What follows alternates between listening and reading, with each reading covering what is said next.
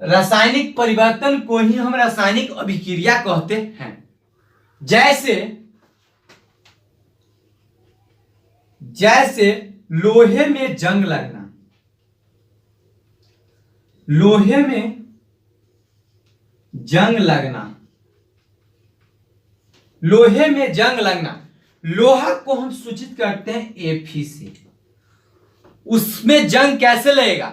उसमें जब ऑक्सीजन और जल, जब लोहा में जंग कैसे लगेगा? किसी भी जब लोहा रहेगा तो लोहा में जंग कैसे लगेगा?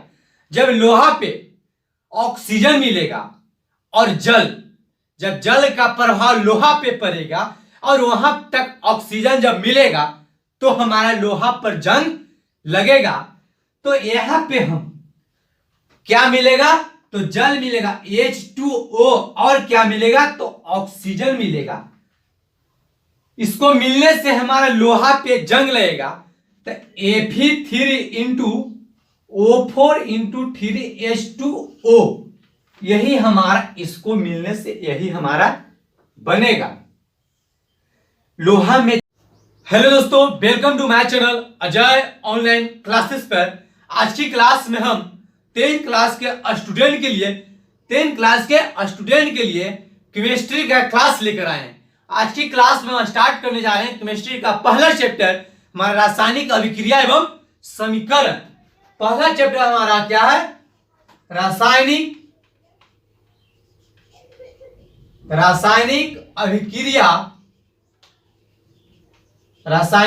अभिक्रिया एवं समीकरण। रासायनिक अभिक्रिया एवं समीकरण, chemical reaction and equation, English में कहते हैं केमिकल रिएक्शन। केमिकल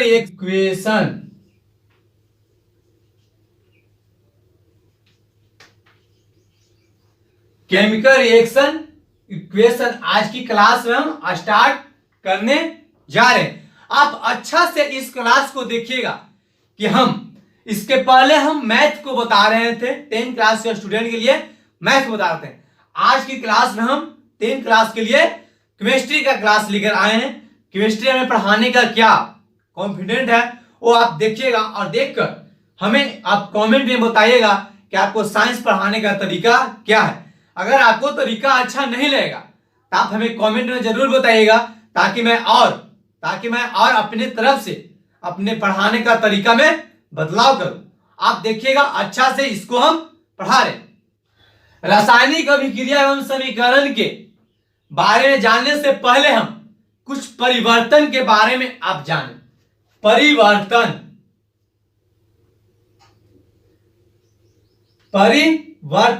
परिवर्तन को इंग्लिश में कहते हैं चेंज। परिवर्तन को अंग्रेजी में कहते हैं चेंज। हमारा परिवर्तन कितने प्रकार का होता है वो आप सबसे पहले जानें। हमारा परिवर्तन 2 प्रकार का होता है। पहला हमारा भौतिक परिवर्तन, दूसरा हमारा रासायनिक परिवर्तन। पहला हमारा हो जाएगा इसमें भौतिक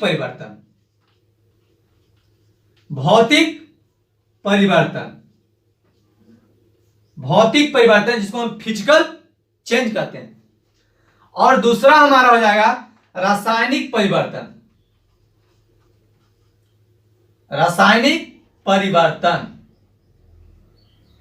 पहला हमारा भौतिक परिवर्तन और दूसरा हमारा रासायनिक परिवर्तन, मतलब केमिकल चेंज। अब हम इसके बारे में, जो हमारा ये भौतिक परिवर्तन है इसके बारे में जानेंगे, फिर हम रासायनिक परिवर्तन के बारे में जानेंगे, उसके बाद हम रासायनिक अभिक्रिया एवं समीकरण के बारे में जानेंगे।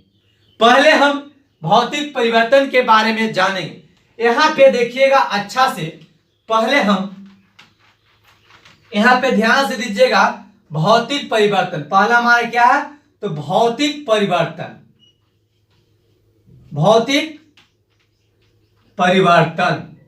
यहां पे हम पहले भौतिक परिवर्तन के बारे में हम जानेंगे, वो आप अच्छा से देखिए। भौतिक परिवर्तन में इसमें केवल आकार एवं आकृति बदलता है। इसमें केवल आकार एवं आकृति बदलता है। यहां पे हम लिखेंगे इसमें केवल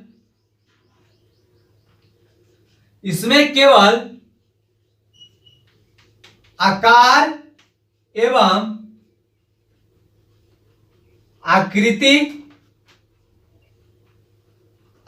बदलता है। इसमें केवल आकार एवं आकृति बदलता है।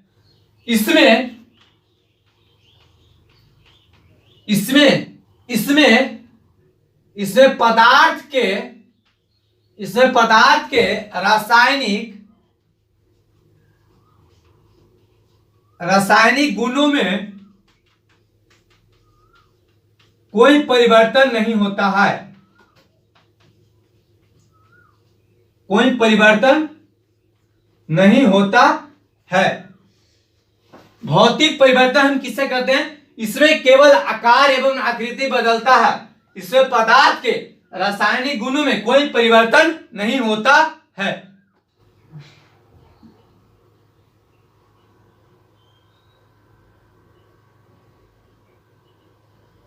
भौतिक परिवर्तन का एग्जाम्पल में लिखिए।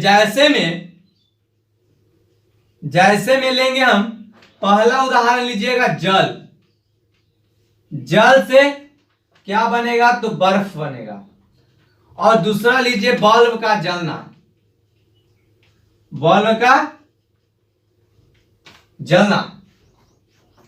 जल से बर्फ, यह हमारा कौन परिवर्तन है? तो जल से बर्फ हमारे भौतिक परिवर्तन है। कैसे? यहां पे क्या बोल रहा है? इसमें केवल आकार, यहां पे देखिएगा, इसमें केवल आकार एवं आकृति बदलता है। इसमें पदार्थ के रासायनिक गुणों में कोई परिवर्तन नहीं होता। इसका जो हमारा गुण रहेगा वो गुण में किसी प्रकार का परिवर्तन नहीं होगा, केवल आकार एवं आकृति बदलता है। जैसे देखिए जैसे में जल हो गया। जल को ग्लास में डालिएगा तो कैसा आकार का होगा? ग्लास के आकार का होगा। और जैसे में जल है, जल से हम इसको बर्फ बनाएंगे। अब बर्फ को जब हम पिघला देंगे तो हमारा जल ही बन जाएगा। ये हमारा बल्ब का जलाना, जो हमारे बिजली से जो बल्ब बढ़ता है, जो स्विच को हम ऑफ ऑन करेंगे, जब ऑन करेंगे तो बल्ब बढ़ेगा और ऑफ करेंगे तो बल्ब हमारा बुतेगा। यही हमारा क्या है? तो भौतिक परिवर्तन का उदाहरण है। इसका अब हम भौतिक परिवर्तन का गुण देखेंगे। अब यहां पे हम भौतिक परिवर्तन का गुण देखेंगे। अब यहां पे हम भौतिक परिवर्तन का गुण अब हम यहां पे भौतिक परिवर्तन का गुण लिखेंगे। पहला हमारा भौतिक परिवर्तन का गुण क्या होगा? पहला हमारा भौतिक परिवर्तन का गुण होगा यह अस्थायी रूप में होता है। यह अस्थायी रूप में होता है। जैसे बर्फ से जल से बर्फ, यह हमारा क्या हो गया? तो अस्थायी रूप में होता है। और दूसरा जो होगा, इसमें उत्क्रमणीय परिवर्तन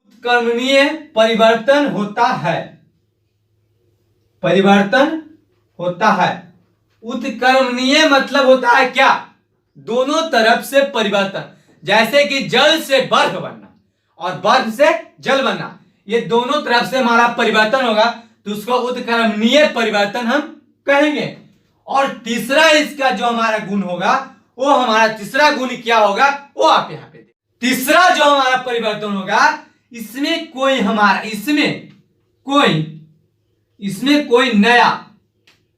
कोई नया पदार्थ नहीं बनता है। इसमें कोई नया पदार्थ नहीं बनता है। और चौथा जो हमारा लास्ट गुण होगा, जो चौथा गुण हमारा क्या होगा? चौथा जो हमारा गुण होगा, इस परिवर्तन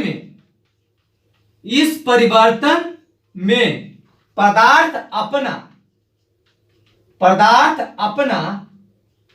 मूल अवस्था में आ सकता है। कैसे? इस परिवर्तन में पदार्थ अपना मूल अवस्था में आ सकता है। वो कैसे आ सकता है? जैसे बर्फ से जल हुआ तो जल से बर्फ हुआ, हमारा जल से जो बर्फ बना है, अब बर्फ जब बर्फ हमारा पिघल जाएगा तो जल बनेगा, तुम्हारा क्या वो मूल अवस्था में हुआ या नहीं हुआ? बस ये हमारा भौतिक परिवर्तन का गुण था। अब हम रासायनिक परिवर्तन के बारे में जानेंगे। अब हम यहाँ पे रासायनिक परिवर्तन के बारे में जानेंगे।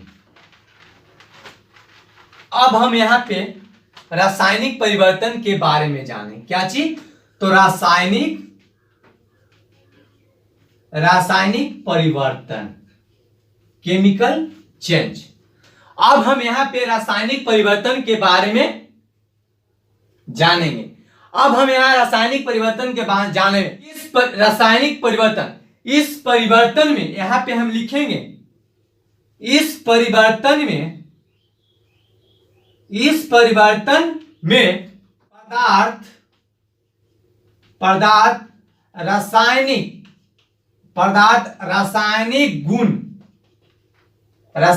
गुण जैसे रंग, ताप और स्वाद में बदलाव हो सकता है। स्वाद में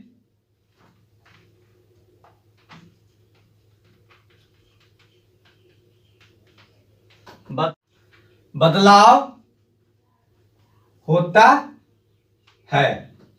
जैसे पहला उदाहरण हमारा क्या है? लोहे में जंग लगना।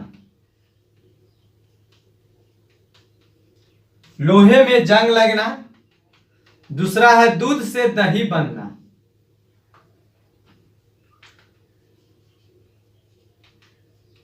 दूध से दही बनना। तीसरा हो जाएगा हमारा क्या? तीसरा हो जाएगा हमारा कोयले का जलना। कोयले का जलना। चौथा हमारा हो जाएगा भोजन पचना।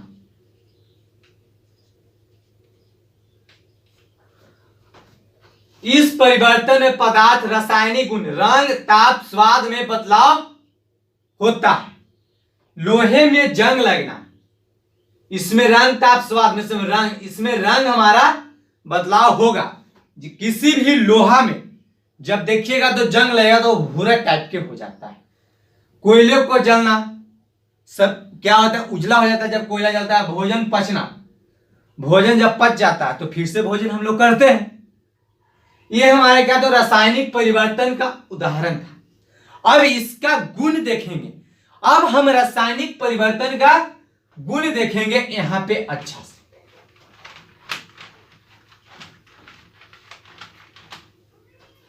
अब हम रासायनिक परिवर्तन का गुण, रासायनिक परिवर्तन का पहला गुण हमारा क्या होगा वो आप बोल सकते हैं। यह स्थायी रूप में होता है। यह स्थायी रूप में होता है।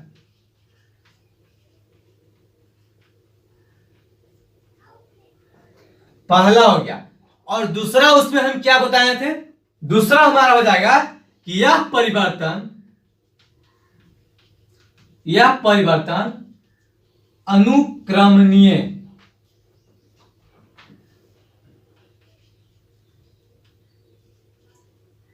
अनुक्रमणीय होता है।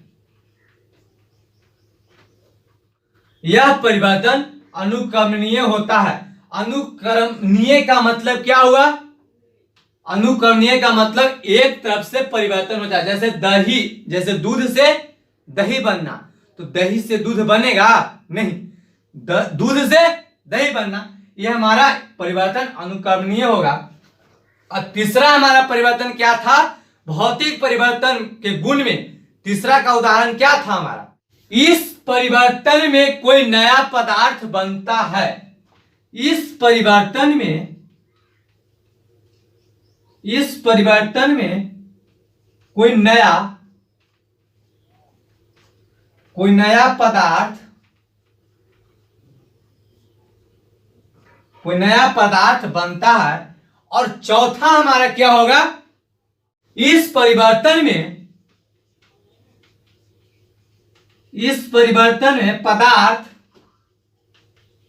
पदार्थ अपना मूल अवस्था में नहीं हो सकता है, मूल अवस्था में नहीं हो सकता है। अब यहां पे देखिएगा अच्छा से, अब आ रहे हैं हम मेन फोकस करते हैं अब चैप्टर पे। हमारा चैप्टर का नाम ही क्या है, रासायनिक अभिक्रिया एवं समीकरण। हमारा क्वेश्चन है रासायनिक अभिक्रिया किसे कहते हैं। पहला क्वेश्चन हमारा बनता है रासायनिक अभिक्रिया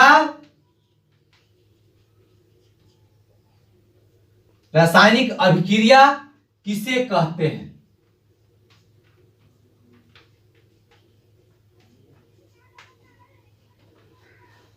इस चैप्टर का मेरा सबसे पहला क्वेश्चन बनता है रासायनिक अभिक्रिया किसे कहते हैं। और एक क्या है, समीकरण। पहले हम रासायनिक अभिक्रिया के बारे में पढ़ेंगे, उसके बाद हम समीकरण के बारे में पढ़ेंगे। तो मेरा पहला क्वेश्चन बनता है रासायनिक अभिक्रिया किसे कहते हैं। तो इसका आंसर होगा रासायनिक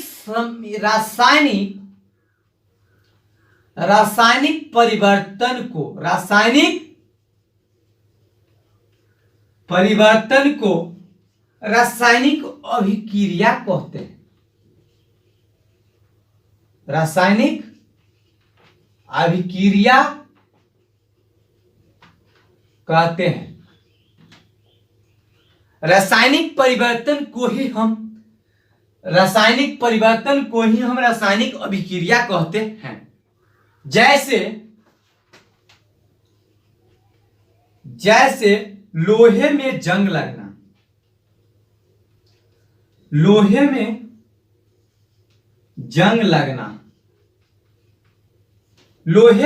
लगना, लोहा को हम सूचित करते हैं Fe से।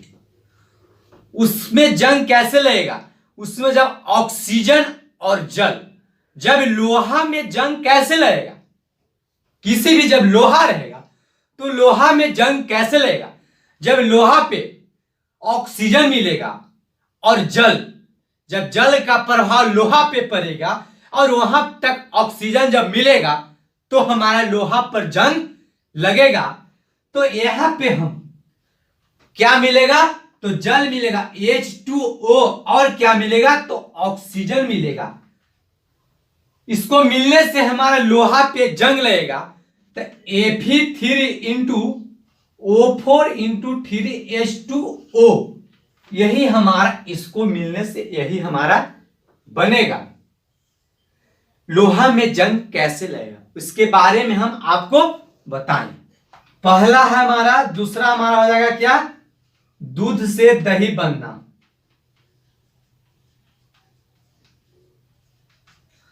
तीसरा हमारा हो जाएगा भोजन पचना। ये सब क्या है, ये सब हमारा रासायनिक अभिक्रिया है ना, उसका ये उदाहरण है। तो रासायनिक परिवर्तन को ही हम रासायनिक अभिक्रिया कहते हैं, इसका हमारा ये उदाहरण हुआ। अब हम इसको रासायनिक अभिक्रिया के गुण के बारे में जानेंगे। अब हम यहां पे रासायनिक समीकरण के बारे में जानेंगे। अब हम यहां पे रासायनिक समीकरण, एक हुआ हमारा रासायनिक अभिक्रिया, तो अब होगा हमारा रासायनिक समीकरण।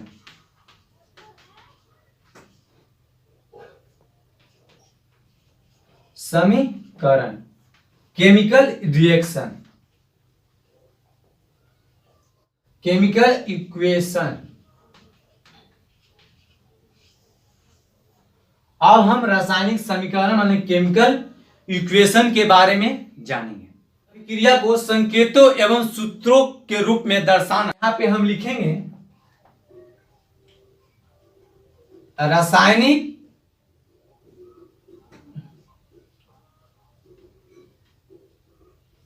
रासायनिक अभिक्रिया को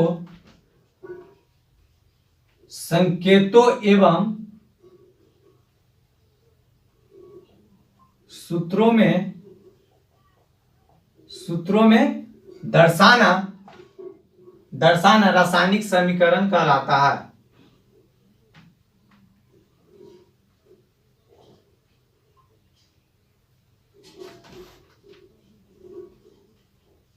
रासायनिक समीकरण कहलाता है। जैसे कोयला जलना, कोयले का जलना, जैसे कोयले का जलना माने C+O2, तो क्या हो गया CO2। कोयला को C से और जलना, ऑक्सीजन माने हवा, जब उसको ऑक्सीजन मिलेगा तभी तो जलेगा। तो सी मिलने से क्या बनता है CO2 माने कार्बन डाइऑक्साइड। रासायनिक समीकरण हमारा कितने प्रकार का होता है? रासायनिक समीकरण हमारा मुख्यतः दो प्रकार का होता है। रासायनिक परिवर्तन मुख्यतः दो प्रकार का होता है। दो प्रकार का होता है। पहला हो जाएगा हमारा संतुलित रासायनिक समीकरण। संतुलित रासायनिक समीकरण, संतुलित रासायनिक और दूसरा हो जाएगा हमारा असंतुलित